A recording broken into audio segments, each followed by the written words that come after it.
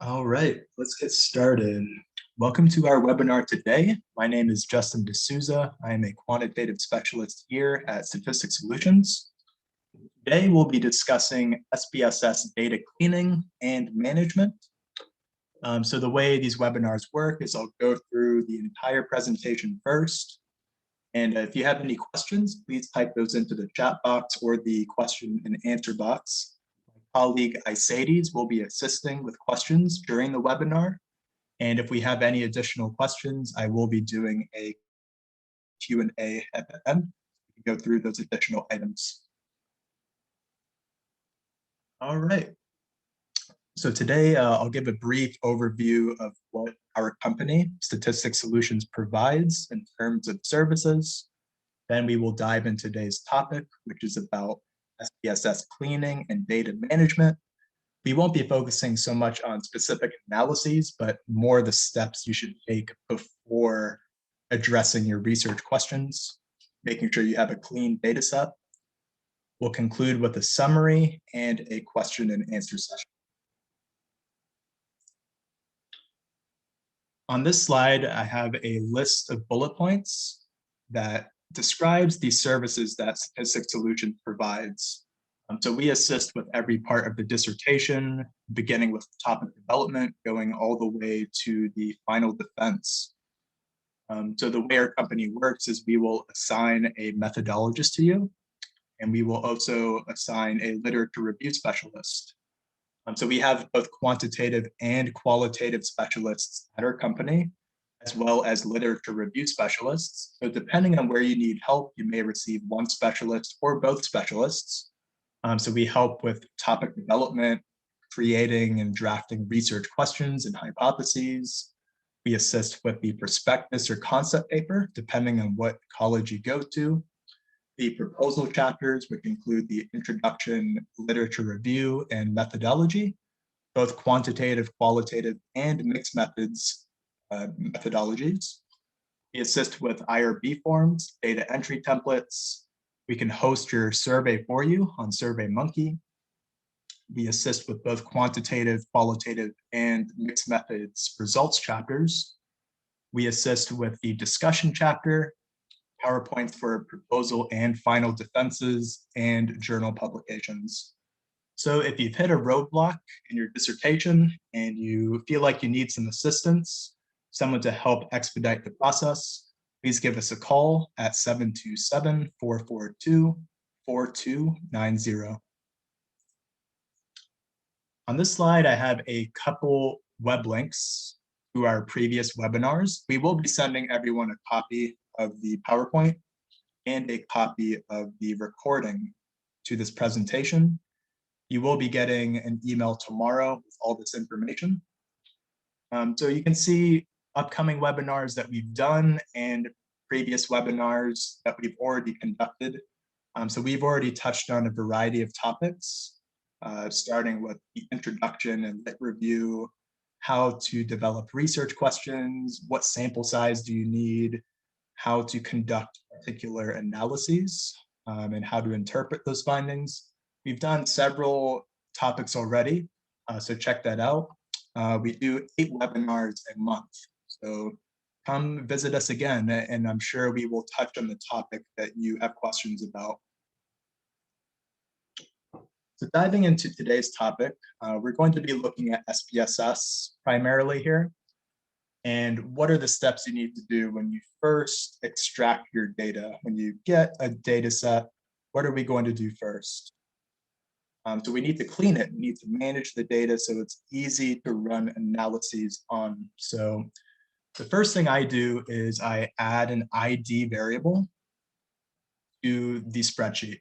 So every participant needs to have a number. The reason for this is so if you remove people, you can easily identify who is removed. And if you ever change the order of your spreadsheet, then you can sort that first column, the ID column, in ascending order, and you can revert back to your original spreadsheet. So that's a very useful tool to add. The second step is naming every variable in your spreadsheet. So you can use Excel to quickly autofill variables with ascending numbers. So for instance, say you're using the job satisfaction survey, which has about 10 items. If you use Excel, you can just type job satisfaction 1, job satisfaction 2, and then autofill that to 10. That's a quick way to identify your variables. And you want to keep in mind that you'll want to save your spreadsheet after you make every adjustment, every major adjustment to the data. So if you're recoding something, if you remove cases, I like to save after every adjustment is made. So if you ever need to go back a step, you have the copy to revert back to. So let's take a look at a sample spreadsheet today. So in this spreadsheet, I extracted some data from SurveyMonkey, and you can extract it directly into Excel or SPSS. So I have taken the data into SPSS. And this survey was administered to measure leadership effectiveness, job satisfaction, and organizational performance. I believe the goal was to see if leadership effectiveness and job satisfaction predict organizational performance. So this is what I have. This is the first thing I received.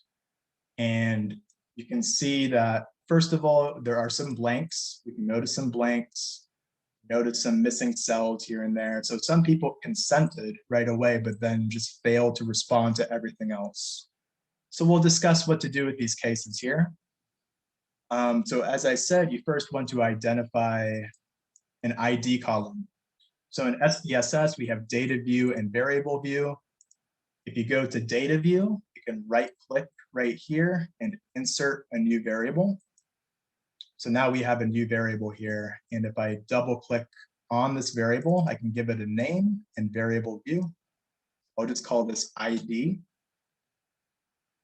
How many people do we have here? We have 91 participants. So I can go into Excel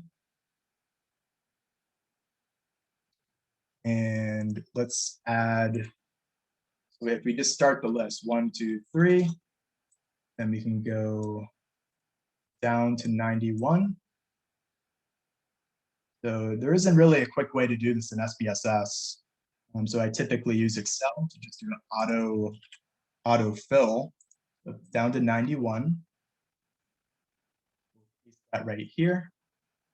So as I said, everybody has an ID number, so we can easily come back to this spreadsheet and identify who's been removed, what are the outliers in here. If anything changes, we can quickly reference this point and say I change the order of the spreadsheet and I've just sorted a different column, we can see the IDs are all in a different order. But if I right click on ID and sort ascending, now it's back in our original order. So very useful to do this. The next thing is to name our variables of interest. So starting here, first 7 items measure leadership effectiveness. So I can go into Excel again and just start a list. There are 7 items: leadership effectiveness 1, leadership effectiveness 2. Let's just autofill that down to 7. That corresponds to these items. Then we have 6 items that measure job satisfaction.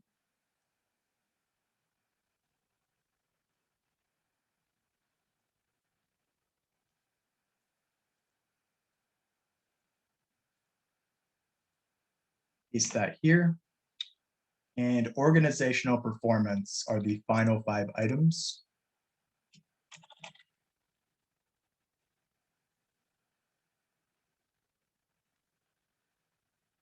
You have to do at least the first couple so you can autofill. And down to 5. And if you extract it from Excel, it will have these labels so you can see specifically what each item was asking. So this one here is years of service. This was a multiple choice. Then just keep in mind you can't have spaces in between the variable names. It needs to be one phrase. So you could use underscores to separate words like this. Okay, so that is the first step of data management. So as I said, you want to save, right? So now I would save right here and put it in a folder.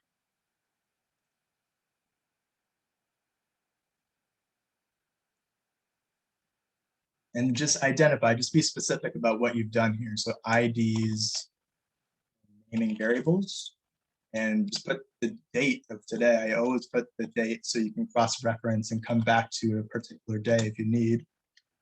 Okay, and let's go back to the PowerPoint now to see the next step. Okay, so the next step, we want to recode our variables and look out for reverse coding.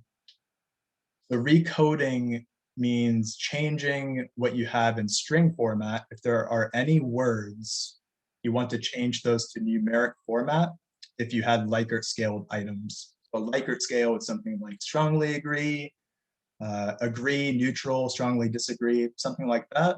If it has those words, you want to change it to numeric. So it's 1, 2, 3, 4, 5. Then you want to identify whether any items need to be reverse scored. So reverse scoring means that you have items that are negatively phrased, or the Likert scale is inverted. So maybe it was administered as 1 is strongly agree and 5 was strongly disagree.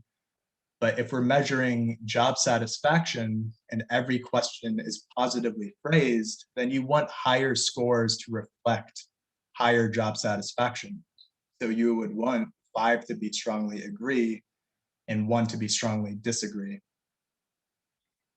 Okay, so let's take a look here. So going into data view, we can see that leadership effectiveness and job satisfaction are already numeric. However, organizational performance is not numeric. Right now, it is in string format, and you can see that by this little A. It just means alphanumeric.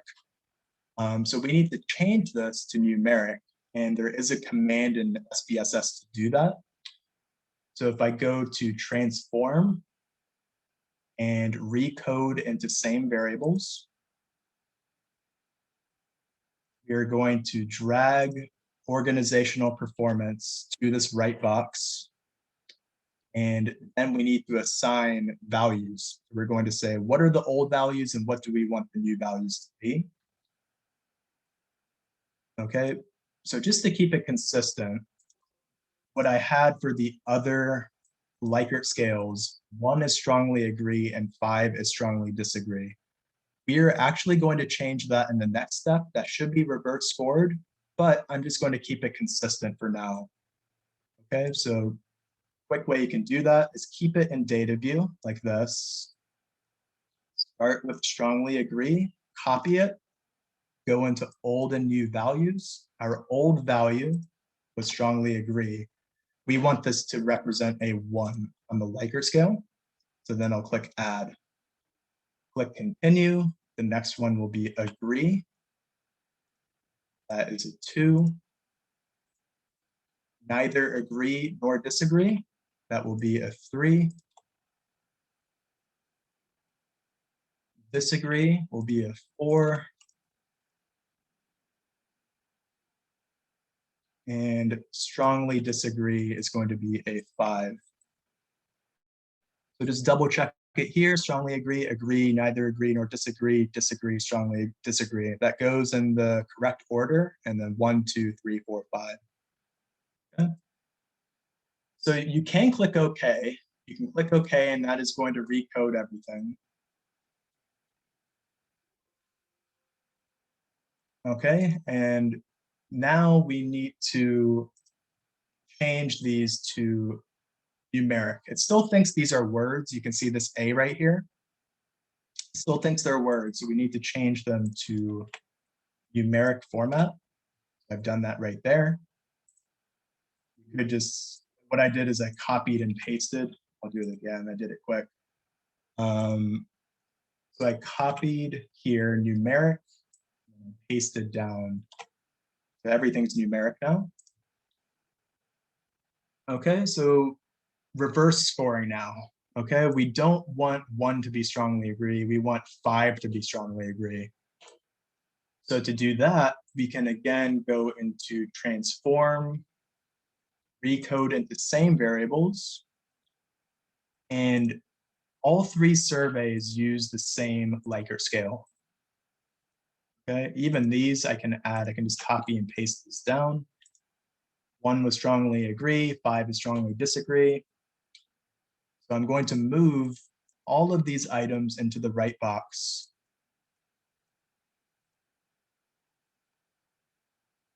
Okay, and then I want to invert our Likert scale. Okay, so I want a 1 to represent a 5. So old value was strongly disagree.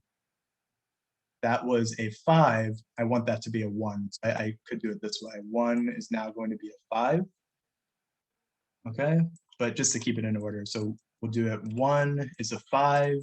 2 is a 4. 3 stays the same. You don't really have to add 3, but I just like to see it in there.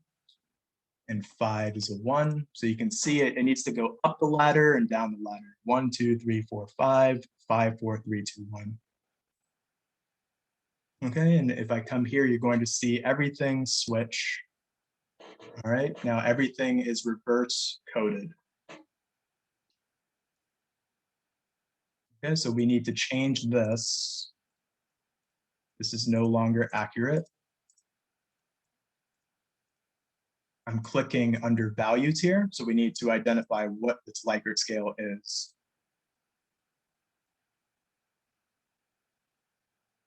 1 will strongly disagree now.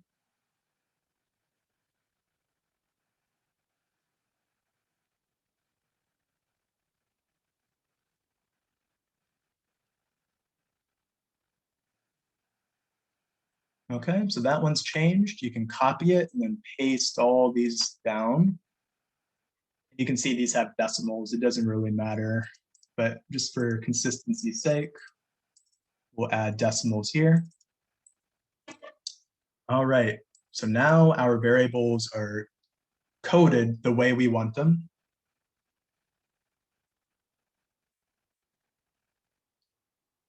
Now we need to look at missing responses. Okay, so there are many ways to handle missing data.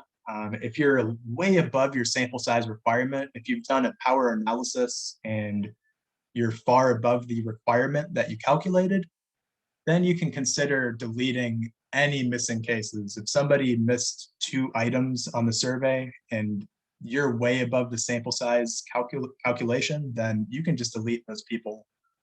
However, if you're really pulling for as many people as possible, you have kind of a low sample size, there are alternatives. So you can replace your missing cases with the average of the variable that was missing, or you can use imputation to predict missing responses. I tend to stick with the average of the column or removing cases altogether. Okay, you can even replace with the median. Instead of the average, you can replace with the median of a Likert scale. That is an option as well. Okay, so as we come back here, a quick way to identify, and let me go ahead and save one more time. So we'll save before we do this. So here we have recoded string and reverse coded. Okay. So the next step is looking at people that completely failed to respond to any item on the survey. I would take those out. There's not really any point of keeping these in. I wouldn't use imputation for somebody who missed every single item. But if they missed the item here and there, like I see a couple blanks right here, these are the only items. This person only missed 1 item. I would probably use imputation there instead. Okay, so a quick way to do this is to sort any column in ascending order. Yeah, I just picked a random variable, sort ascending. We can quickly see the blanks here. So these people didn't respond to anything. So I would highlight these 5 cases and just take them out, okay? So highlight, right click, clear, those individuals are now out. We just did a major step there, so I would save again. Okay, so I'll say removed all non-responses. Then you can even put the sample size here. So this is n equals 86 now. 86 is right here. Now let's handle these other cases that we're missing. We have one here for job satisfaction 3. We have one for job satisfaction 5 and 6 and organizational performance. Okay, so we're going to replace these with the average. And what I do is I go to transform, replace missing values. Then this window is going to pop up and we just need to put those variables in, okay? So job satisfaction 3, 5, 6, and organizational performance 4.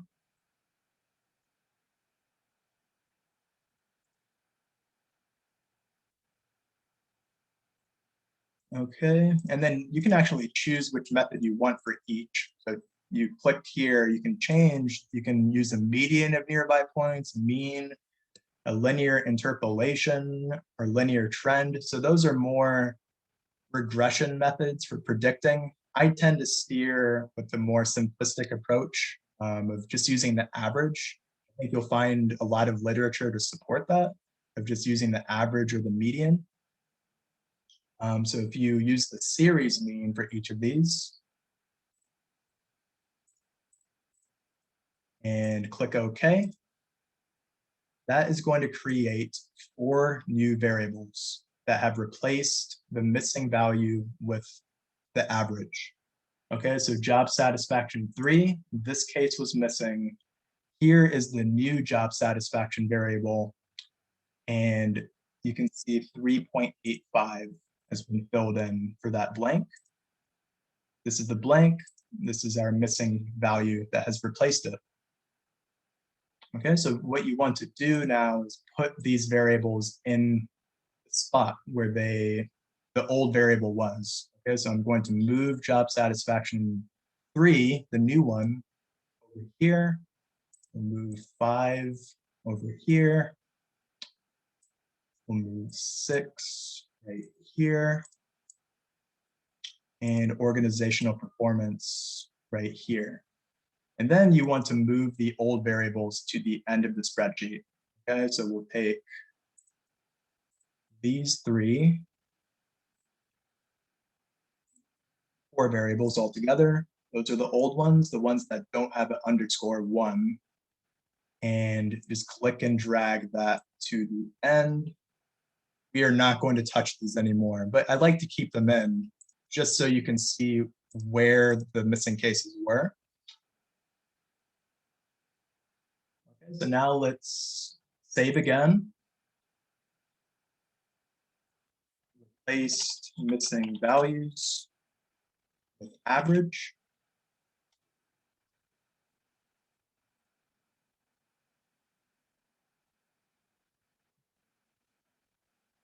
The next step is to follow your scoring instructions. So if you're using a previously validated survey, there's usually instructions about, for one, reverse coding. They will oftentimes tell you which items need to be reverse scored, if any. Then you'll want to look at taking an average or a sum of the respective items to make a composite score. So usually, if you're making a variable like job satisfaction, you want to take an average of all the items that made up that scale. So you have one variable that represents job satisfaction. So we're going to do that 3 times. We're going to do it for leadership effectiveness, employee satisfaction, and organizational performance in this case. Once you've done that, you want to identify outliers, univariate outliers. So I provided a citation here, and I'll explain how to do this in SPSS. But we need to standardize our final composite scores, which means converting it to a z-score. So the average becomes 0. And just imagine a bell-shaped curve. The average is 0. If you go out in the tails, 3.29 standard deviations in both directions. Any cases that go outside of that range are outliers, so we want to take those out. We will take a look at that. And then you want to test for reliability on your instrument using Cronbach's alpha. And so 3 steps to look at here. The first one is developing your composite scores. To do this, we can go to transform.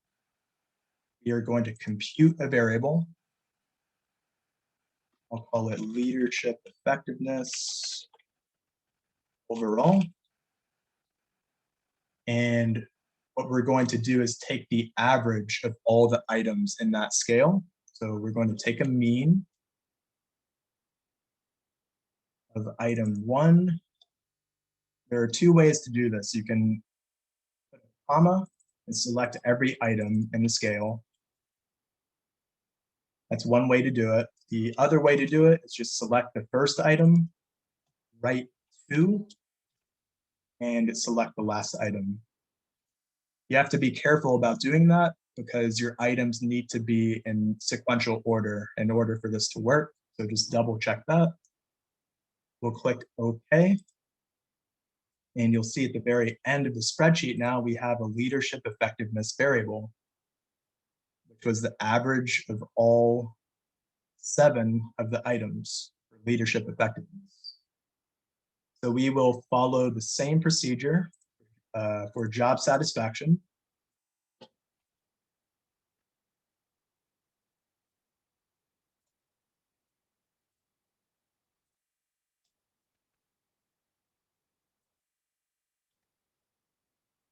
Okay, mean of the 6 items, click OK. And we can see now we have a job satisfaction variable.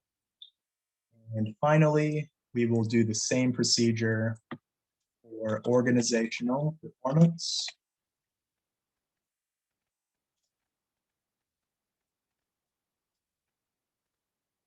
And just double check that you have the imputed items, meaning we replace the mean. So look for that _1, make sure it's in there.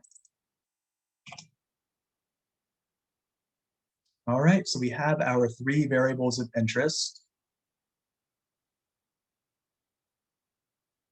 Okay, so now what we want to do is save for one thing. So we'll save saying composite scores developed. Now we want to identify if any of these scores are outliers. And the way we do this is by going to Analyze, Descriptive Statistics, Descriptives, then put in your 3 composite scores.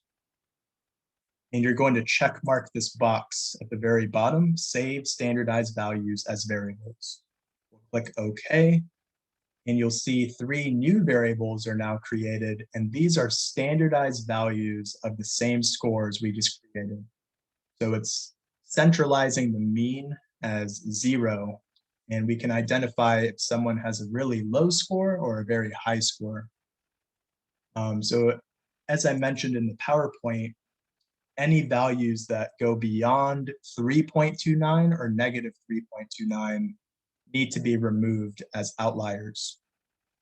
Okay, so I can sort these 3 columns in ascending and descending order and find those quickly. So we'll do ascending first. Now we can see this is negative 2.79. That's not quite at that 3.29 threshold. So no outliers in the small direction, no outliers in the positive direction. We do the same thing with job satisfaction. No outliers there. And organizational performance, no low outliers there, and no high outliers. So we did not have any outliers in this data set. Hypothetically, if you did, you would probably want to remove that entire case. So say we found one for one of these individuals, you just want to highlight that row and clear. You want to delete them from the data because you don't want that data to skew your findings once you jump into your research questions. If you're running a regression or an ANOVA or correlations, outliers can really influence the data, and we want to take those out. So we did not have any. That's great. So this is our final sample size, 86. So I can save the spreadsheet. And the final thing to check here was Cronbach alpha. So how reliable are the responses on these surveys? So I can go to Analyze and Scale. We'll do what's called a reliability analysis. And we need to do it once for each instrument. So let's change it to variable names so I can easily find them, and just put leadership effectiveness in. We need to give it a name. Then click OK. And we can see our Cronbach alpha right here is 0.97. So Cronbach alpha is telling you the internal consistency of this instrument. How consistent were participants in responding to the survey? So if they said I was agreeable on one item of the survey for leadership effectiveness, you would expect them to be agreeable on the other items comprising that scale. So that's the reason why we test this. We want to make sure people are not just randomly responding to the questions. They're reading them and they're showing consistency. So we can see that's really good. Anything above a 0.7 is really acceptable in the social sciences for Cronbach alpha. So that means we can trust our findings for leadership effectiveness. Likewise, you would do the same thing with the other two, so job satisfaction.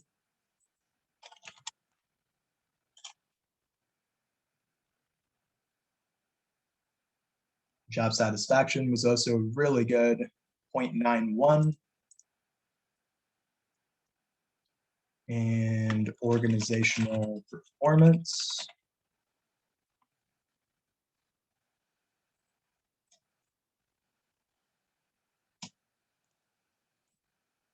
And this one was also really good, 0.96. So again, anything above a 0.7 is good for Cronbach alpha. If this happens to come out low, then you might want to look at reverse coding some items. Maybe you missed that step. If this comes out really low, that could indicate that some items need to be reverse coded. So the Likert scale needs to flip. Another thing you could look at is dropping certain items in the survey and retesting Cronbach alpha and hopefully getting it above that 0.7 threshold. So those are really all the steps you need to conduct just to get a clean data set. Once you've done this, you're pretty much ready to jump into your analyses to address your questions.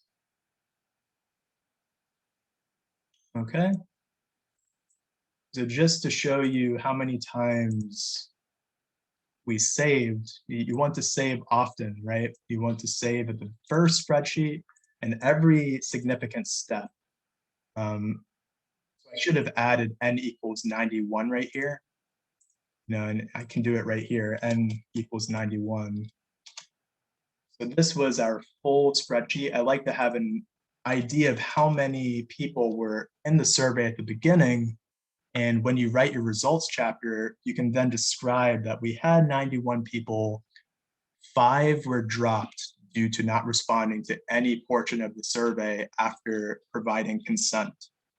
And it can drop lower. If you have outliers, then you can continue to reduce until you have a final spreadsheet. But just remember to save after every step. I do think that's really important. So you can jump back to any one of these steps if you find a mistake.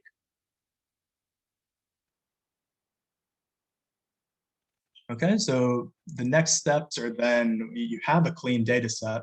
You then want to run descriptive statistics to examine your demographics. So maybe doing frequencies and percentages to look at your demographics like gender, age, ethnicity, things like that.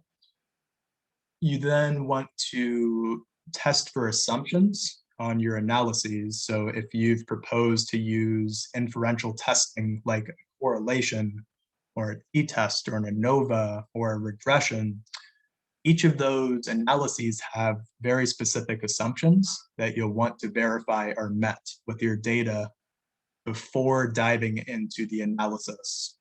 So test for assumptions and then address your research questions with your specific analysis. Okay, so that concludes our webinar for today. Just to reiterate that Statistics Solutions provides assistance with every portion of the dissertation, and we help with journal publications as well. So if you've hit a roadblock and you need help framing your research questions, developing a purpose statement, problem statement, identifying what research design you need to use, or even crunching your numbers, we can help you do that. So please give us a call at 727-442-4290, and you can email us at info@statisticsolutions.com. I will now open up the webinar for questions. So let's see if we have any questions, and I'll see if I can answer them, okay? And you can type those into the chat box as well if you have any questions.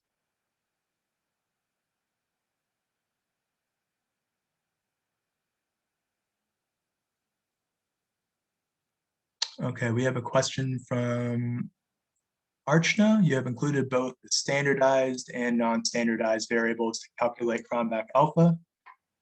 If I did include both, I did not intend to. So let me just see and look at the output here. Should give you the same results either way you do it, but typically you want to include the non-standardized. So if I did include the standardized, I did not intend to do that. So I meant to include leadership effectiveness right here, not the standardized Z-scores. I don't think I did. If I did the standardized ones, then it would only be the composite scores, which is not what we want. It wouldn't, the standardized are the Z-scores right here. And you can't do Cronbach alpha with just one item. You need to have the entire survey instrument. So leadership effectiveness, you would do all 7 items here, job satisfaction, all 6 items there, and then organizational performance, these 5 items. You know if that answers your question. Thanks for joining us.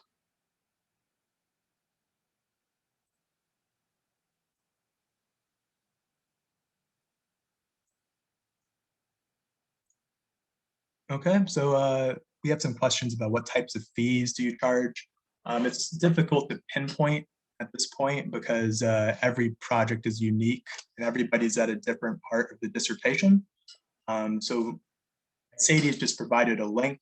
You can schedule a free consultation with Janine, and she will walk through your paper with you and identify a good timeline and an accurate quote for assistance. Hey, Samuel, what is your return timeline? It really depends on the project.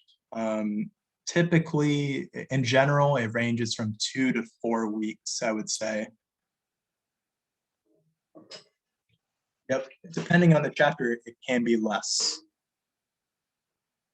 depending on what analyses you need to run, or if you're in the methodology chapter, typically what we do is we do an initial draft. So our specialist will work on an initial draft first, and then we will reconvene with you to go over that feedback, and then we will work on a final draft. So that's typically a 2 to 3 week process.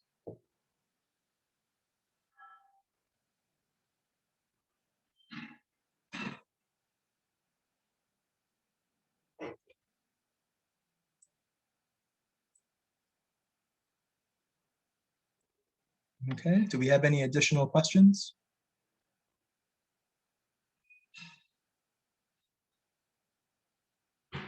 And just to reiterate, we will be sending everyone a copy of the PowerPoint and of the presentation today.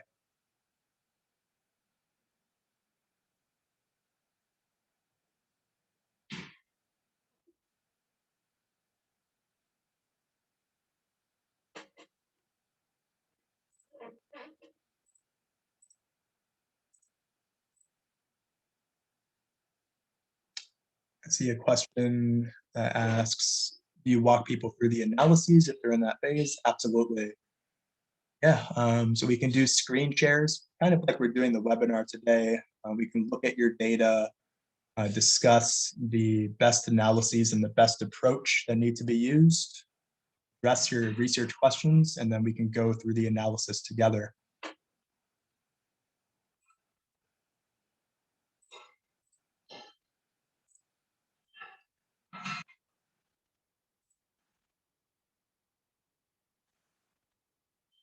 We have a question from Joanne. Is the outlier number always the same? The cutoff, let me go to that slide. So right here, it really depends on what reference you read. Tabachnik and Fidel are pretty famous. I'll say at this point, a lot of statisticians reference their work. So I've been using this cutoff for years now. 3.29 standard deviations is the cutoff that I use to identify outliers. So yeah, I always use that same cutoff.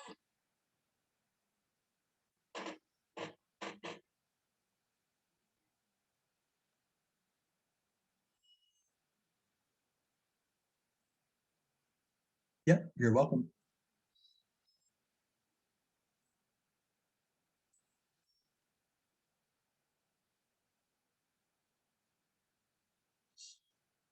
Yep, come join us again. If you have any questions, and check out our other webinars that we will be conducting in the future. Isaides just placed the link in the chat box.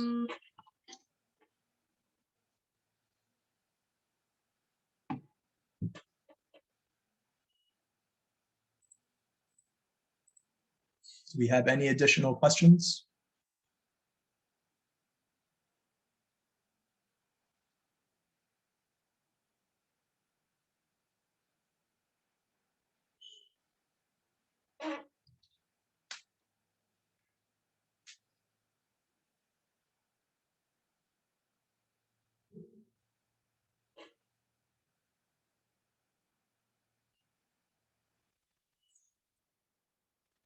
And let me just go onto the webinar link so you can see what is on the horizon.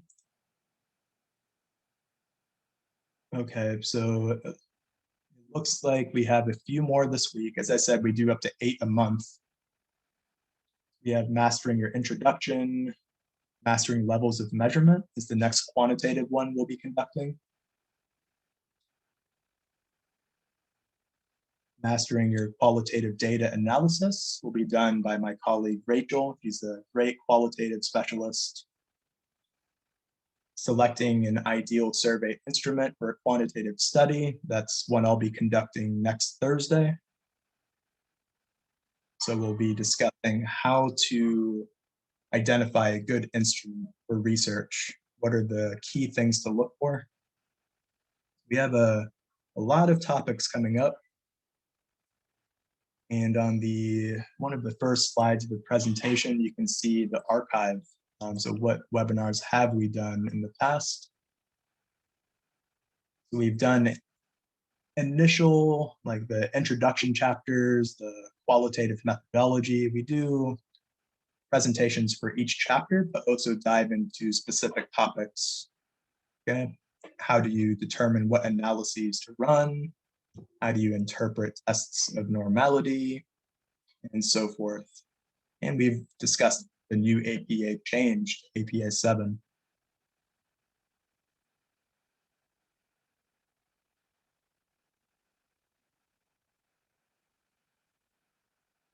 And it looks like we have a question.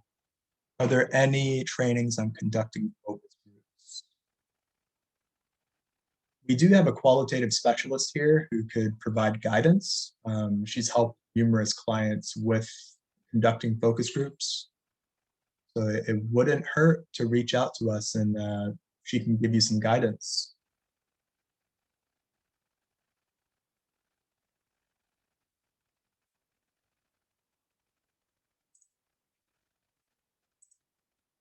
Yep.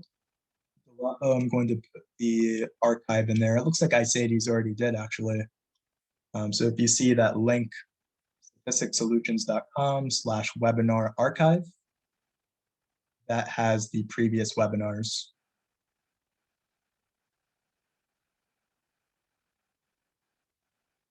Thank you for joining.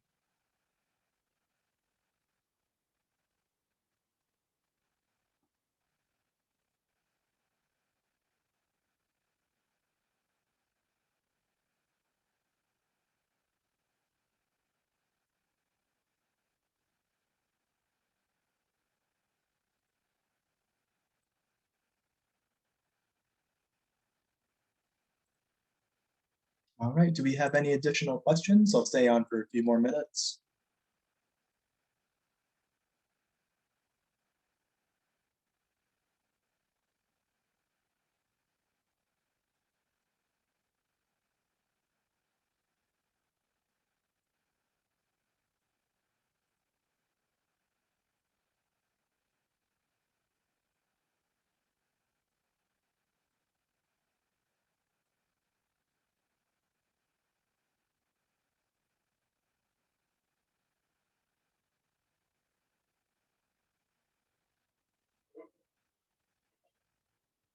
All right, well, thank you for joining us, everyone. Come join us again, as we'll be doing many other webinars in the future. Just to reiterate, you can contact us at 727-442-4290 or give us an email at info@statisticsolutions.com for a free consultation. Thanks for joining us, and have a great evening.